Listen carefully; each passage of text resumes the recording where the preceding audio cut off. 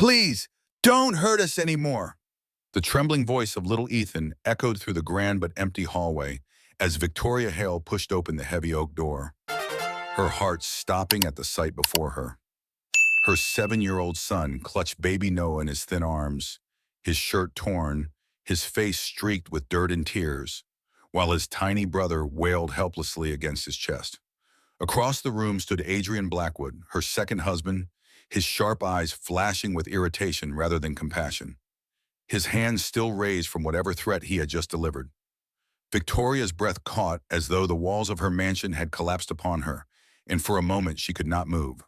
All the polished marble, chandeliers, and echoes of power in her life meant nothing in that instant. Because here, in the very heart of her home, her children were trembling in fear. Ethan's wide eyes met hers, and she saw not just terror but the silent question of every child abandoned too long. Will you protect us, or will you turn away again? The air was heavy, suffocating, as if every secret she had ignored was now screaming aloud. Victoria's chest ached with guilt, a mother who had been too blinded by grief to see the truth. Her hands trembled as she stepped forward, her voice hoarse. "Ethan, give me Noah." But her son did not move, his small body shielding the baby as though he no longer trusted even her. The distance between them, measured in only a few feet, felt like an abyss carved by months of neglect. In that moment, Victoria realized that money and power could not hide what she had lost, the bond of trust with her children. And now one question thundered in her mind. Could she still reclaim it before it was too late? What about you? If you returned home to find your child crying those words, what would you do? Victoria Hale had once been the picture of strength, the woman whose name was whispered in boardrooms and splashed across financial magazines. But all of that felt like a hollow crown the day Thomas, her husband, was taken from her. The car accident had come without warning, shattering the fragile joy that had barely survived Noah's birth. In the hospital, with her newborn son in her arms and her older boy Ethan clutching her hand in silent confusion, Victoria had promised herself she would hold them together. Yet as the weeks turned to months, grief became a thick fog, and she buried herself in the empire she had built, hiding inside endless meetings and business trips, telling herself that if she worked harder, she could drown the pain. Adrian Blackwood had arrived in those days of weakness like a shadow wearing light, a longtime acquaintance of Thomas, someone who spoke softly, who assured her she didn't need to carry it all alone. He had stepped into her household quietly at first, offering to help with the boys, reading Ethan a story, rocking baby Noah to sleep when she was too exhausted to rise from bed. To a broken woman, he had seemed like salvation, a steady presence who filled the silence left by Thomas's absence. But as the seasons shifted, so did his tone. His gentle words grew sharper when she wasn't looking. His smiles turned hollow, his hand on Ethan's shoulder pressed too firmly. Victoria, blind with gratitude and guilt, convinced herself he was simply being a strong father figure, something the boys needed since she was always away. She wanted to believe it so badly that she ignored the moments when Ethan flinched as Adrian approached, or when Noah wailed inconsolably in his arms. Business trips multiplied, and each time she told herself that Adrian would manage the home, that Mrs. Harper, the housekeeper, would keep order, that her children would be safe. But every mile she traveled for work built a wall between her and Ethan, who was slowly forced into the role of protector far too early. At 7, he carried Noah on his hip, hushed his cries, and whispered promises a mother should have given. He became the small guardian of a baby, while his own childhood was chipped away piece by piece. Victoria, dressed in her finest suits and signing million-dollar contracts, was blind to the quiet collapse inside her home. Yet grief has a way of whispering truths into the stillness, and sometimes in the middle of the night, she would wake to the echo of Thomas's voice, telling her not to forget the children's eyes. Still, she silenced it with work, pushing forward with the same relentless drive that had made her name. What she did not realize was that Ethan had stopped waiting at the window for her to return, had stopped asking when she would read him a story, and had begun holding his brother closer every time Adrian's footsteps approached. By the time Victoria finally chose to come home unannounced, the damage had already carved deep into their souls, and when she stepped into that hallway and heard Ethan's broken plea, the weight of every neglected moment, every missed bedtime, and every turned-away glance fell on her shoulders like a stone too heavy to bear. In that instant, she knew. She had not only lost Thomas, she had nearly lost the trust of her children too. The days that followed her unexpected return home were heavy with silence, a silence that clung to the marble walls and echoed in every hallway like an accusation. Victoria tried to settle back into her routine as though nothing had happened, yet her eyes could no longer look past what they once ignored. Ethan's small hands were marked with faint bruises, fading into yellow and purple shadows. And though he pulled down his sleeves quickly, she caught the flicker of shame in his eyes, the way he avoided her gaze.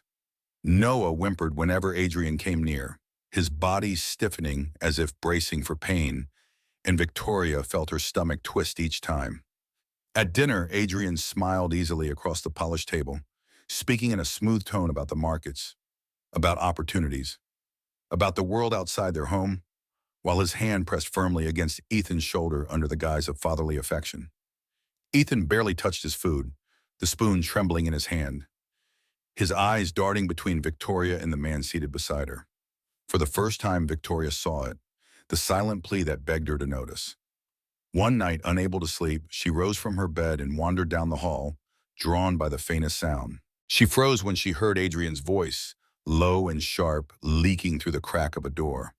"Remember what I told you, boy. If you dare whisper a word to your mother, I'll take you and that little brat and leave you on the street where no one will find you." Ethan's ragged breath followed, broken and shallow, then a strangled whisper. "Please, I won't say anything. Just don't hurt him." Victoria's blood turned cold. Her hand gripped the banister until her knuckles turned white, her heart hammering against her ribs. She wanted to storm in, to rip the door open and shield her sons, but she found herself frozen, every muscle locked between fear and disbelief. The man she had allowed into her home, the man she had trusted with her children, had turned it into a prison. She backed away slowly, her pulse roaring in her ears, afraid that one creak of the floor would give her away. Back in her room, she sank against the door, trembling as memories rushed in. Thomas's gentle laugh, his promise that Ethan would always be safe, the way he used to cradle the baby with such tenderness. A wave of guilt surged through her, sharper than any grief she had known. She realized that in chasing strength, she had left her children vulnerable to cruelty. The next morning, Ethan sat at the table with his shoulders hunched, his gaze fixed on his bowl. When Victoria reached to brush his hair back, he flinched before her hand even touched him, as if expecting a blow. The distance between them was no longer measured in absence but in fear, and it broke something deep inside her. She excused herself quickly, stepping into the hallway before her composure cracked. In the reflection of the tall mirror, she saw not the polished, powerful woman the world admired, but a mother who had lost the trust of her child. And for the first time, she admitted the truth. Adrian was not a savior. He was the shadow devouring her family. Victoria woke before dawn, her mind restless, her heart aching with questions she no longer dared to ignore. She descended the stairs into the quiet kitchen, where Mrs. Harper was already at work, her frail hands folding linens with the patience of someone who had served the Hale family for decades. Victoria paused in the doorway, the words heavy in her throat, then forced them out. "Tell me the truth. How have my children been while I was away?" Mrs. Harper froze, her eyes lowering to the towel in her grip. Then she sighed, a sound so deep it seemed to carry years of silence. "Madam, are you certain you want to hear it?" Victoria stepped closer, her voice unsteady but firm. "I want nothing but the truth." Mrs. Harper set the towel aside, her voice trembling but clear. "There were nights when Adrian made Ethan stand outside on the porch for hours, simply because he dropped a spoon. Once I found him asleep in the storage room, holding baby Noah tight because their bedroom had been locked from the outside. The baby was often given milk watered down so thin that he cried from hunger until he had no strength left. And madam," she hesitated, then added softly, "I have heard Adrian threaten the boy. He said if Ethan ever spoke a word to you, he would throw them both out." Victoria staggered back as though struck, her chest tightening, her vision blurring. She gripped the counter for balance, the world tilting beneath her feet. The image of Ethan's trembling hands, of Noah's frail body, fused with the echo of those cruel words. Shame tore through her. How could she, a woman powerful enough to command boardrooms, fail so utterly in her own home? She dismissed Mrs. Harper with gratitude, telling her she would not be blamed, and promised that from now on she would protect the children herself. But even as she spoke, a hollow pain gnawed at her, for she knew she needed more than promises. She needed proof. Later that day, she walked into her late husband Thomas's old study, untouched since the funeral. The room smelled faintly of cedar and the leather of old books. She opened a drawer searching for answers, when a thin envelope slipped free, caught against the edge. Her hands trembled as she picked it up. On the front was Thomas's handwriting, slanted but steady. To Victoria. She broke the seal slowly, her breath shallow, and unfolded the paper. His words reached across time like a voice she thought she had lost. If I am no longer here, please protect Ethan and Noah. Do not place your trust too quickly in others. Believe in our son's eyes when he is afraid. He will not know how to lie. Trust him, Victoria, and guard them as I would have. The letter quivered in her hands, her tears spilling freely at last. She sank to the floor, clutching the paper to her chest, as though holding Thomas himself. Every memory of him rushed back, the warmth of his arms, the sound of his laughter, the way he bent to lift Ethan high into the air. And alongside those memories came the devastating contrast of Ethan's broken plea. Please don't hurt us anymore. The words collided inside her, grief and guilt mixing into something sharper, stronger. Resolve. She rose slowly, pressing the letter to her heart as though sealing a vow. She whispered to the empty room, I'm sorry, Thomas. I failed them once, but never again. I will protect them with everything I have left. In that moment, the fog of grief that had clouded her since his death began to lift. She saw with painful clarity that wealth and power were meaningless if she could not save her children. She had buried herself in work to avoid the ache of loss, but in doing so, she had abandoned Ethan and Noah to the cruelty of a man she had welcomed into their lives. Now, armed with the truth, with Harper's testimony and Thomas's letter, she knew she could no longer hesitate. That night, as Ethan clutched Noah in sleep, their small bodies curled together for warmth, Victoria stood by their bedside and laid the folded letter beneath her pillow. Her hand lingered on Ethan's hair, smoothing the tangles, whispering silently, You are safe now, my son. I will fight for you. For the first time in months, her children slept under the roof of a mother who was fully present, and Victoria vowed she would never again allow shadows to rule her home. The next afternoon, Victoria lingered by the wide windows of her study, watching Ethan in the garden, holding Noah carefully on his hip, the little one reaching for a butterfly with outstretched hands. The sight was tender yet heartbreaking, for it showed her how her eldest had been forced to grow up too quickly. She turned away before her tears fell, gathering the courage to face what she knew had to come. Later, while Adrian believed she was resting upstairs, Victoria walked silently through the hallways, her steps light as a whisper. From the back door, she heard his voice low and urgent, speaking to someone outside. She moved closer, hiding behind the row of tall hedges near the stone path. There in the shade of the garden stood Adrian, with a man in a dark coat, his hair slicked back, a folder tucked under his arm. Marcus, we don't have much time, Adrian muttered, his tone clipped. The trust is still under Victoria's name. Once the signature is transferred, I'll control everything. It's worth millions. You'll get your share. Victoria's breath caught, her pulse quickening. She strained to hear Marcus's reply. You need proof of authorization. A marriage certificate isn't enough. You need her proxy signature for the family fund. And once she finds out what you're doing, she'll fight you in court. She isn't a fool, Adrian. Adrian's smile twisted coldly. She's too distracted playing the grieving widow. She barely notices her own children. Don't worry, I'll get what's needed. She won't suspect until it's too late. Victoria's hands clenched into fists as rage surged through her. Not only had Adrian poisoned the safety of her children, he was plotting to strip away the very legacy Thomas had built for them. She pressed herself deeper into the hedge as the men shook hands and Marcus left through the side gate. Adrian straightened his tie, his face smoothing into its usual charm, before walking back toward the house. Victoria waited until the door closed behind him, then exhaled slowly, her body trembling with fury. She returned to her study, closed the door, and paced the room like a caged animal. Every lie, every bruise on Ethan's wrist, every cry from Noah's lips now joined with the sinister plans she had just overheard. It was no longer only about her children's safety, but about protecting the inheritance Thomas had meant for them. She reached for the phone and dialed the only person she trusted outside her home, David Carter, the lawyer who had handled Thomas's affairs for years. "David," she said, her voice low but steady, "I need you here tomorrow. There are matters of the trust we must discuss, and there are things you need to see for yourself." David's voice on the other end was calm, firm, the tone of a man who had stood beside her family through storms before. "7 o'clock tomorrow evening. I'll be there." Victoria hung up, clutching Thomas's letter still tucked in her pocket. She stared at her reflection in the glass window, seeing not the broken widow she had once been, but a mother preparing for battle.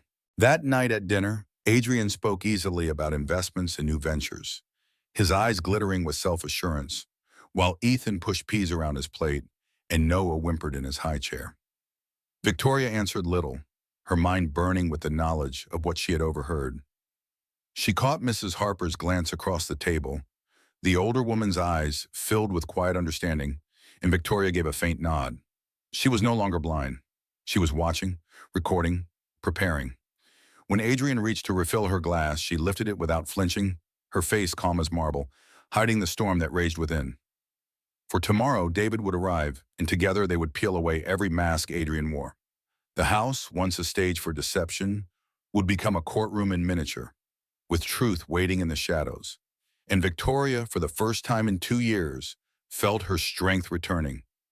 Not as a tycoon of Wall Street, but as a mother armed with love, rage, and the will to protect. The courthouse in downtown Lincoln was a far cry from the glittering towers Victoria Hale was used to, but its walls carried the weight of truth heavier than any boardroom she had ever entered. That morning she walked through its doors with her lawyer David Carter at her side, her hand gripping Ethan's tightly, while Noah had been placed with a court-appointed caregiver for the session. The boy's small palm was clammy, trembling, yet his grip was fierce, as though he understood this was the day his voice would finally be heard. Across the hallway, Adrian arrived, his suit pressed, his expression carefully arranged into concern, and beside him stood his attorney, Victor Hayes, a man whose sharp tongue had torn apart weaker witnesses before. Adrian even dabbed at his eyes with a folded handkerchief, the picture of a wounded stepfather maligned by an ungrateful family. "Case number 17B, the clerk called out. "Hale petitioning for emergency protection of minors." The courtroom rose as Judge Margaret Doyle entered, her eyes piercing yet calm, a woman known for her fairness and unwillingness to be swayed by theatrics.